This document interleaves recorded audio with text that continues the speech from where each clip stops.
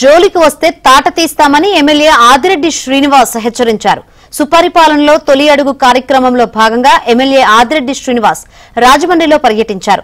ఆకతాయిల వేధింపులు ఎక్కువవుతున్నాయని ఓ విద్యార్థిని ఇచ్చిన ఫిర్యాదుపై ఎమ్మెల్యే స్పందించారు. విద్యా సంస్థల వద్ద మఫ్టీలో పోలీసులను నిఘా పెట్టి ఆకతాయిల ఆట కట్టించారు. మహిళల భద్రతకు టోల్ ఫ్రీ నెంబర్ను త్వరలోనే అమల్లోకి తెస్తామని ఎమ్మెల్యే తెలిపారు.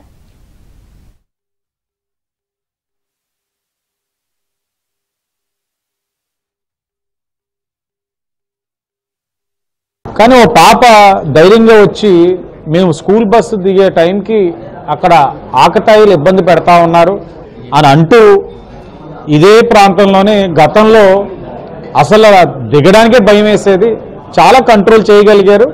కానీ ఇంకా వాళ్ళనేవాళ్ళు కొంతమంది ఉంటున్నారు అని చెప్పడం జరిగింది.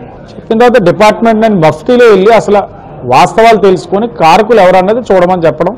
వెళ్ళేసరికి నిజంగానే ముగ్గురు ఆకతాయిలు వాళ్ళు బస్సు దిగే టైంకి భయపెట్టడం, బెదిరించడం, పెద్ద పెద్ద సౌండ్స్ చేసుకొని వాళ్ళ చుట్టూ రౌండ్లు కొట్టడం అన్నీ జరుగుతూ ఉన్నాయి. తక్షణమే వాళ్ళు లిఫ్ట్ చేసి సంబంధించిన పోలీస్ స్టేషన్లోని కూర్చోపెట్టడం జరిగింది.